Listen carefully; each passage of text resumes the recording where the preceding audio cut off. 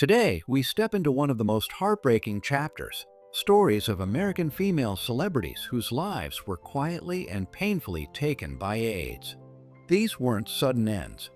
These were quiet, painful battles fought behind closed doors, in hospital rooms, or hidden in silence due to fear, shame, or the cruel stigma that once surrounded the disease.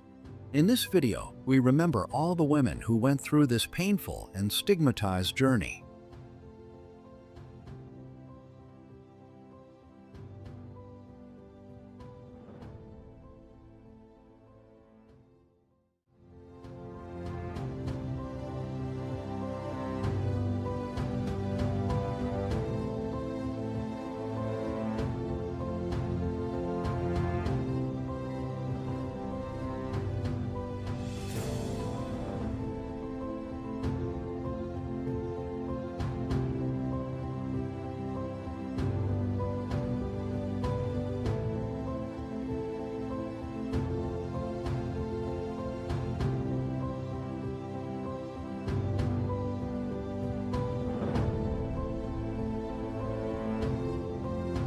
Amanda Blake, the beloved American actress who gave life and heart to the red-haired saloon keeper Miss Kitty Russell on the long-running Western series Gunsmoke, lived a life of extraordinary success and quiet compassion, but faced a deeply painful ending.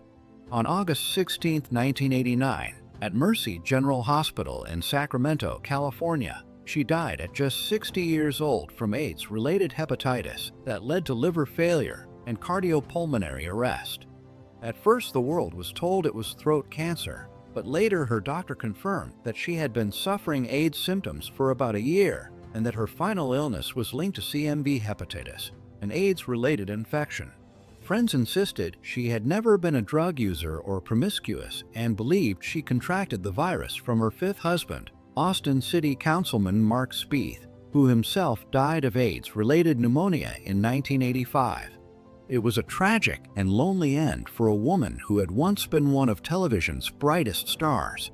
From 1955 to 1974, Amanda became a household name playing Miss Kitty, the feisty, independent saloon owner of Dodge City's Long Branch Saloon, opposite James Arness Marshall Matt Dillon, a character she loved so much she often said she tried to solve problems as Kitty would. Born Beverly Louise Neal on February 20, 1929, in Buffalo, New York, the only child of banker Jesse and Louise Neal, she moved with her parents to California, graduated from Claremont High, and briefly attended Pomona College before turning to acting full-time.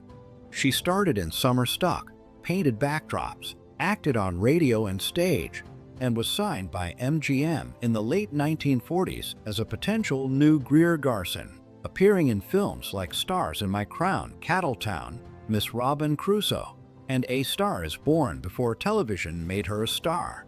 Because of her long stint on Gunsmoke, she rarely appeared in films, but she became a familiar face on shows like The Red Skelton Show, Hollywood Squares, and Match Game.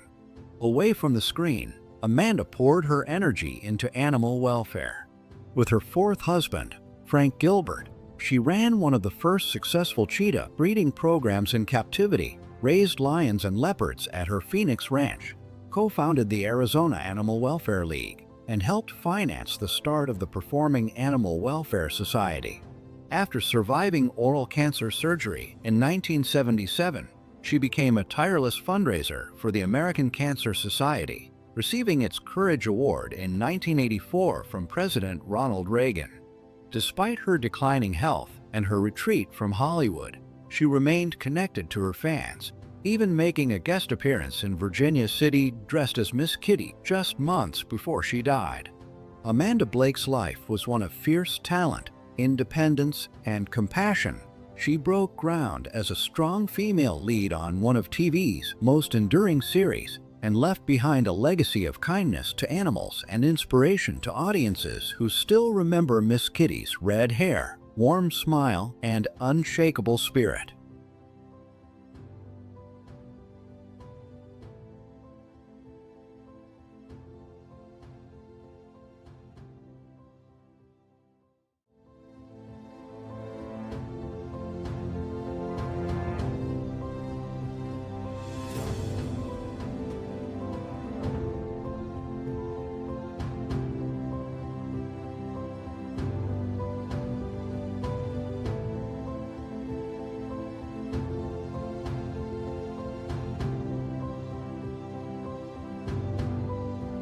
Sharon Redd, the beloved American singer who brought unstoppable energy, warmth, and a deep, soulful voice to the disco era, passed away on May 1, 1992, at just 46 years old. Her life ended tragically when pneumonia, brought on by a severely weakened immune system due to AIDS-related complications, claimed her life at the very moment she was planning a full comeback. Only months earlier, she had returned to the spotlight with DNA's re-recording of Can You Handle It, earning a UK Top 20 hit and performing it live on BBC's Top of the Pops. And she had already recorded a new single, All the Way to Love, that would never be released. But years of illness had left her body vulnerable. After stepping on broken glass during a show, she developed an infection her immune system could not fight, and she died quietly, leaving fans stunned.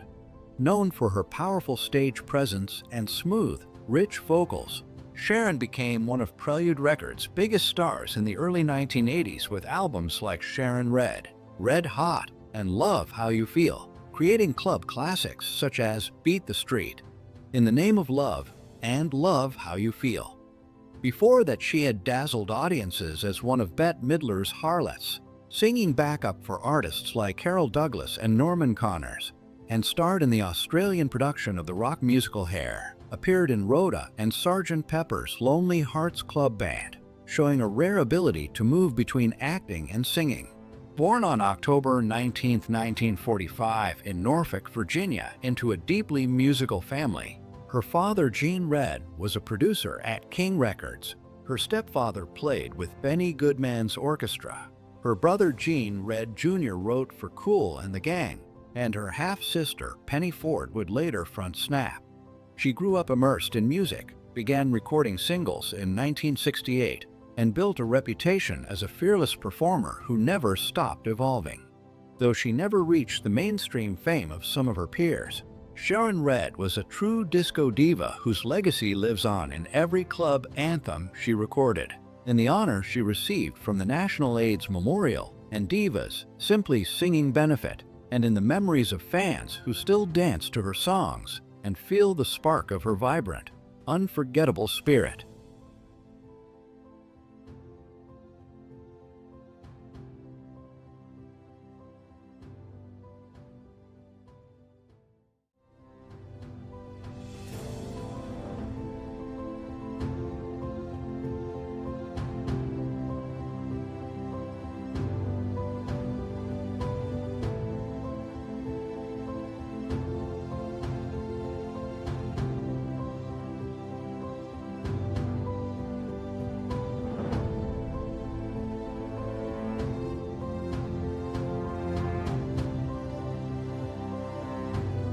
On November 18, 1986, at just 26 years old, Gia Carangi took her last breath in Hahnemann University Hospital in Philadelphia after a long and painful fight with AIDS-related complications that doctors believe she had contracted from a contaminated needle during her struggles with heroin. In her final weeks, she was weak and withdrawn, far from the runways she once ruled, with only her mother at her side, and no one from the fashion world at her small funeral. A heartbreaking end for someone who had once been the brightest star of the modeling scene. Known simply as Gia at the height of her fame, she had changed fashion forever, appearing on the covers of Vogue and Cosmopolitan, starring in iconic campaigns for Armani, Dior, Versus, and Yves Saint Laurent, and even bringing her edgy allure to Blondie's Atomic music video, her name alone enough to stop the industry in its tracks. She was born Gia Marie Carangi on January 29, 1960, in Philadelphia, the youngest child of a turbulent Italian-Irish-Welsh family whose violent split and early trauma left her aching for love and belonging. As a teenager, she found escape in David Bowie's glam rock world, openly expressing her attraction to women when few dared. And at 17, she moved to New York, where her rise to superstardom was immediate, working with the world's top photographers and earning huge sums almost overnight. But after the death of her mentor Wilhelmina Cooper, she spiraled into heroin addiction, missing shoots and losing friends as she tried and failed to get clean. Despite her tragic downfall, Gia Carangi's story did not end with her passing. Angelina Jolie's Golden Globe-winning portrayal of her in the 1998 HBO film Gia brought her back to life for a new generation, and today she is remembered not only as one of the first true supermodels, but as a young woman whose short, brilliant, fragile life forever changed the conversation about beauty, fame, and vulnerability.